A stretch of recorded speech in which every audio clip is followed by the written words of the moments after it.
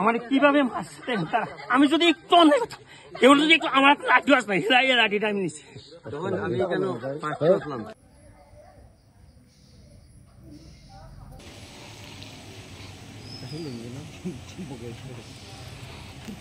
Mobile করি রেগুলারই কাল করার পর ঠিক 1:30 বাজে আমি তখন শনি সরার আগে একটা শোরুমের দিকে রাস্তায় ঢুকতে আসতাম।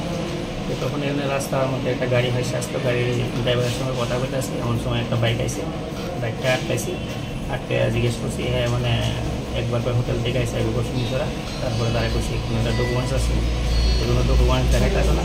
এমন সময় একটা মহিলা আর একটা ছেলে তারা ওই দিক থেকে আইতেছে সেটাই। তারপরে কইতাছে আমাদের সম্বন্ধে মানে নানা মহিলা অনেক রকম কথা কইতাছে। আমার বাইককে একটা চাইছি কোনো একটা ডকুমেন্টস দেন, ডকুমেন্টসটা দিলে যেটি এটা যেহেতু কার নাই ড্রাইভিং লাইসেন্স তারা দিতে রাজি নেই। এখন একজন খুশিতে বাইকটা তাহলে থানা থেকে নিয়ে থানাতে সিছিল। ওটা করার পরে মহিলা উৎপীড়িত হয়ে সেটা মানে এই অবস্থা করতে পরে আমাদের মানে পিছের থেকে গাড়ি আরম্ভ করছে। তার হাতে একটা রোড আসলো আকাশের হাতে, আকাশে এবং মিলে রোডছে আমাদেরকে টিএসআর আসছে, টিএসআর আমার বাসায় দিয়ে আসে মাথার মধ্যেই মানে তারা একদম পিছন দিয়ে মাথার আক্রমণ করছিল।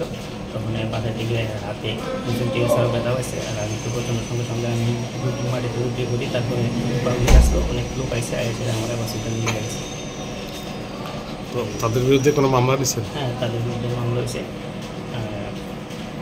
বাগবাসা কেস নাম্বার 14/2025 আন্ডার সেকশন আছে 132/2/109/3/5 বিএনএস।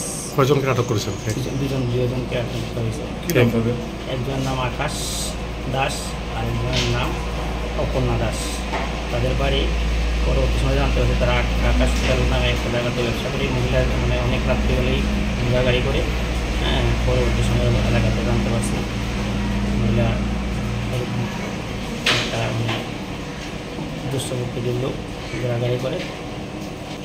এরকম তো ঠিক জানি না। আগে একটা ঘটনা হয়েছিল, তারা ব্যাংকের থেকে লোন নিয়েছে, লোনে কোনো তারা ইনস্টলমেন্ট দেয়নি। তখন দেখা গেছে যে পুলিশ সহ গেছিলো, পুলিশ যাওয়াতে এয়ারপোর্ট থেকে পুলিশের উপর তারা একটা খুব সৃষ্টি হয়েছে। পুলিশ কোনো তাদেরকে বিরুদ্ধে কিছু হয়েছে। ওই সময় আমি ছিলাম না, পরবর্তী সময় জানতে পারছি আর কি।